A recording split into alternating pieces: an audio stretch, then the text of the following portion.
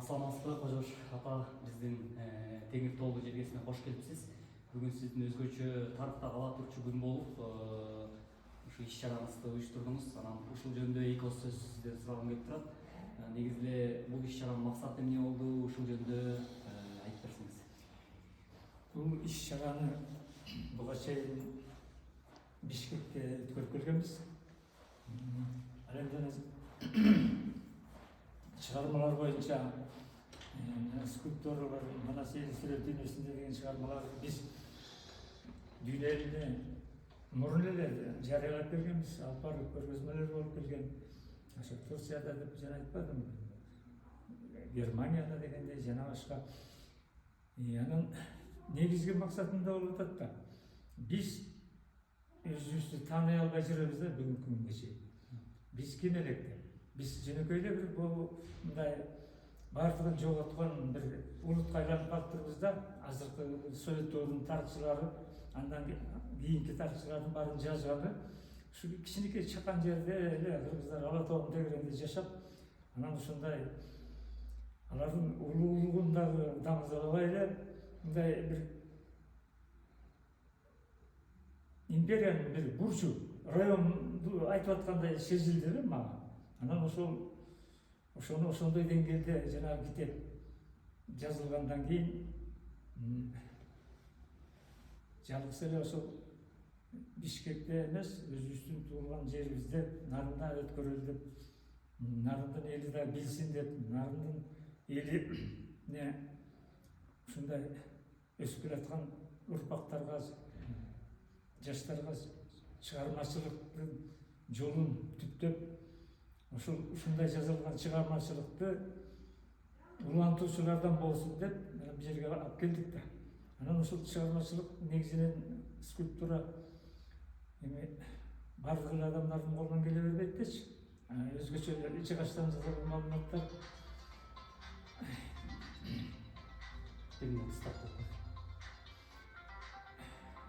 Чокон салып чыгып эле. Кес салабыз.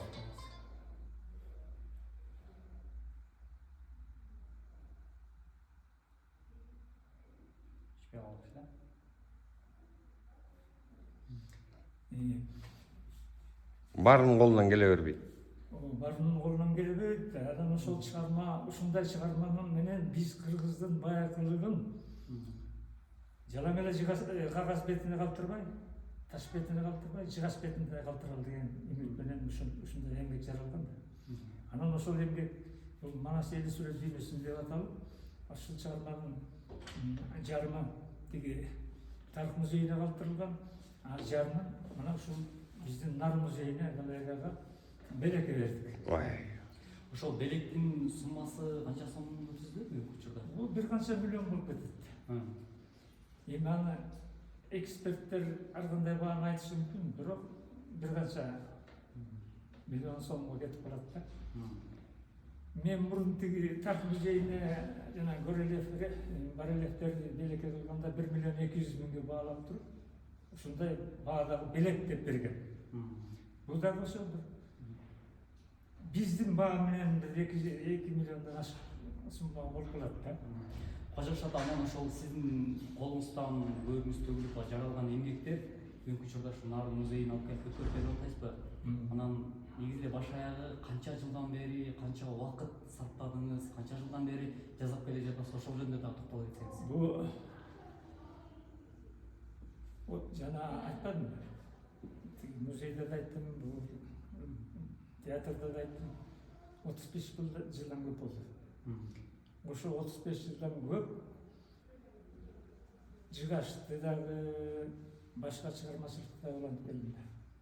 Элдер кандайдыр деңгээлде таң калып жүрөт да, бул кандай адам ушунун баарын өзүнө сиңирип алган деген.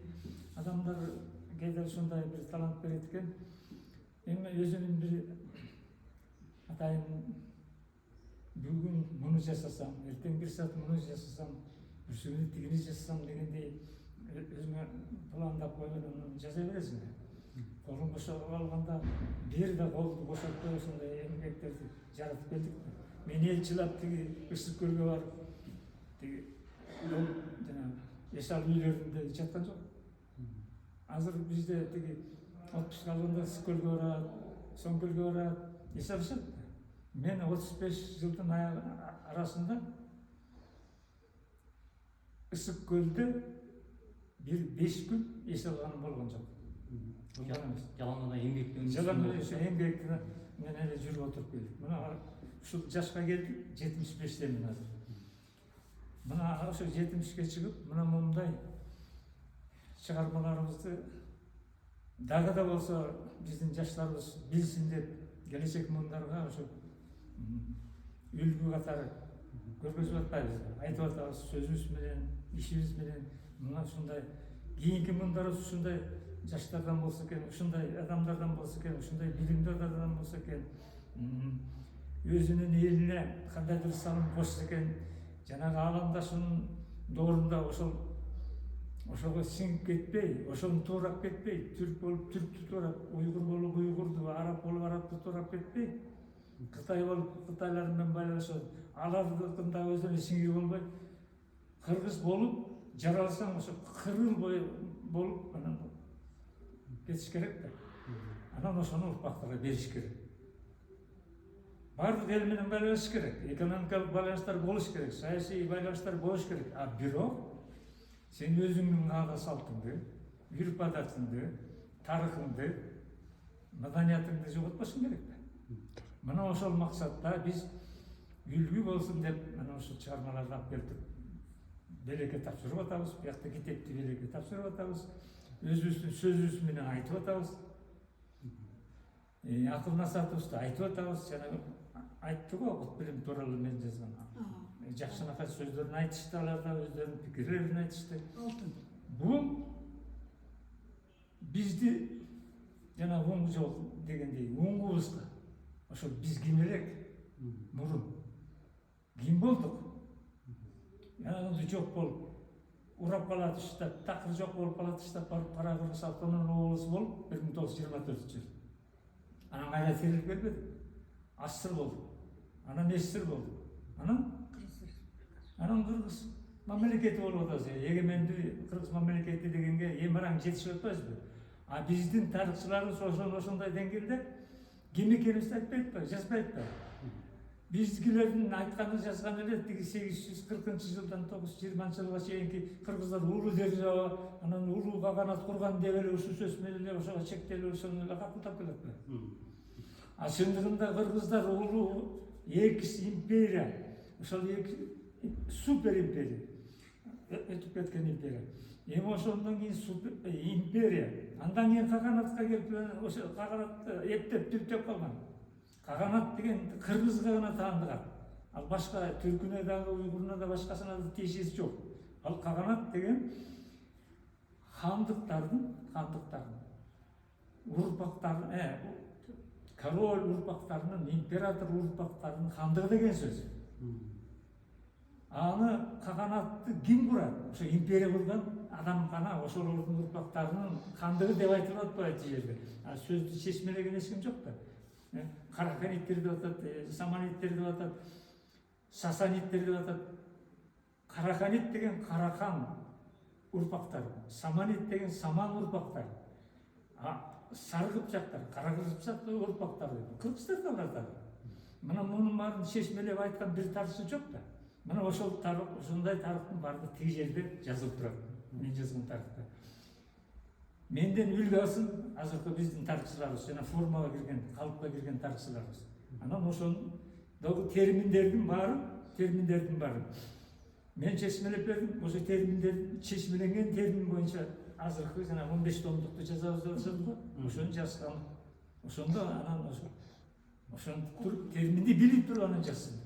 Терминди билбей эле анан кундардын малай болуп турубуз, кундардын алдында калып турубуз, анан сүннулардын алдында калып турубуз, анан кийин тиги сактардын алдында.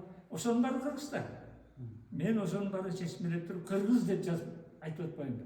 А кыргыз деген сөздүн өзү тиги косодавиктарыбыз жазды го жана цивилизация кыргыз дегенде.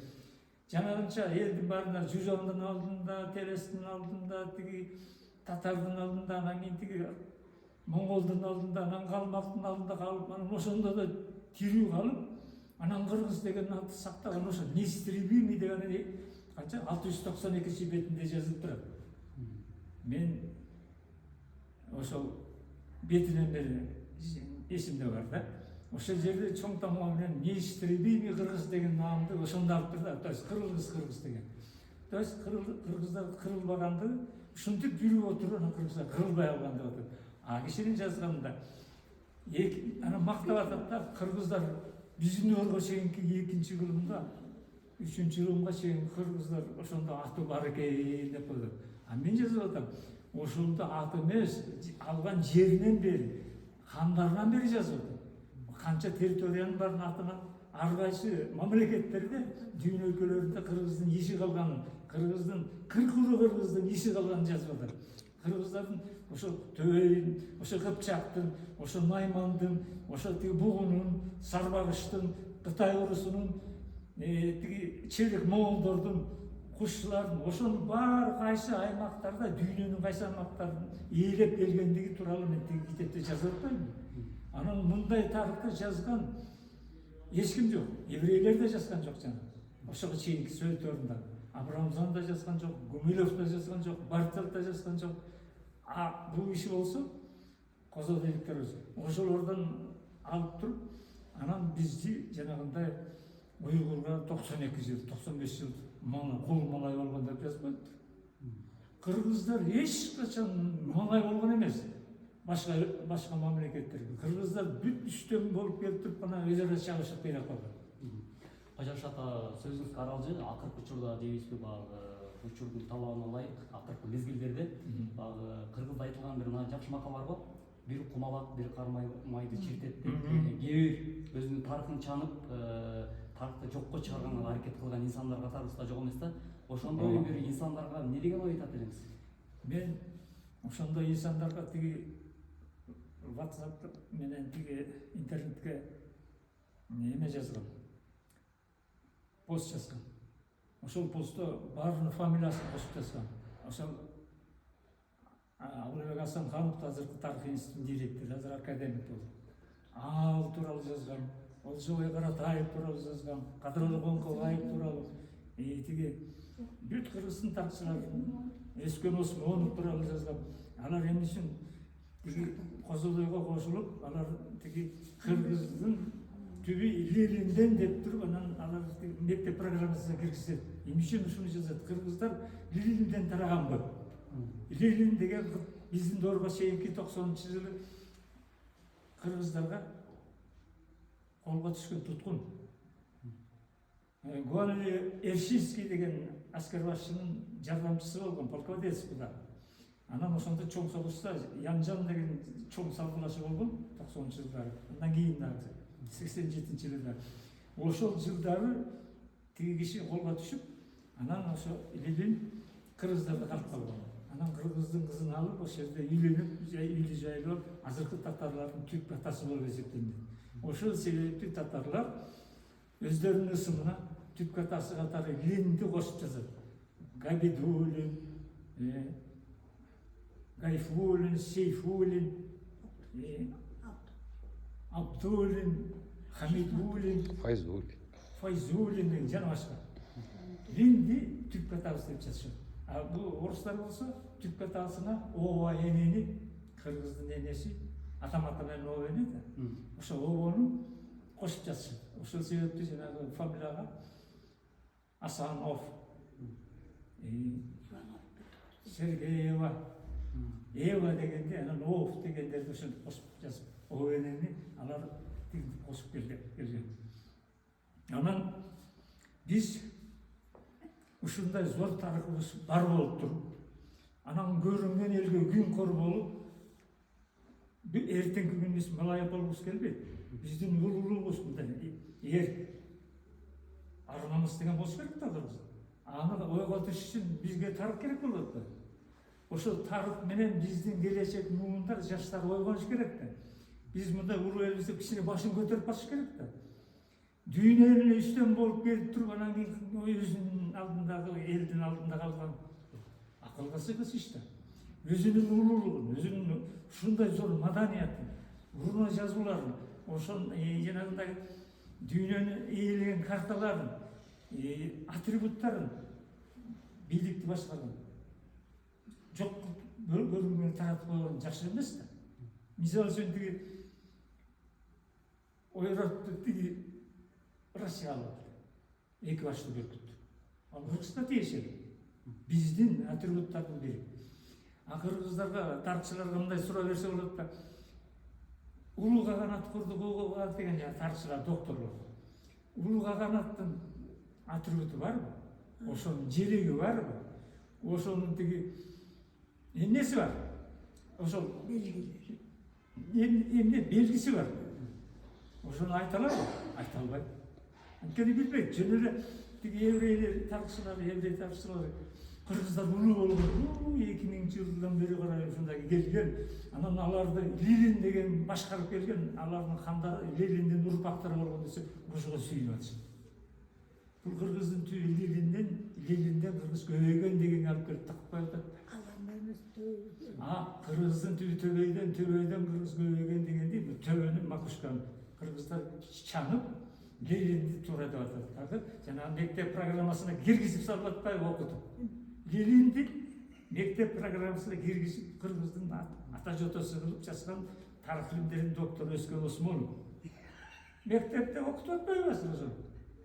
Эң ушу жакшыбы? Ошого ыраазы болот. Анда бери эртеңки күнү, силердин түпкө таңар биз. Мына Гансулук, Шенсулук, Шансилик провинция, ошол провинциядан келип Кытайлар биз силердин атаңарбыз десе эртеңки күнү бир дагы 20-30 жылдан кийин. Биздикилер очукпайт баягы. Мына силердин тарыхчылар жазып кеткен, өздөрү жазып кеткен. Тигине козодой жазып кеткен.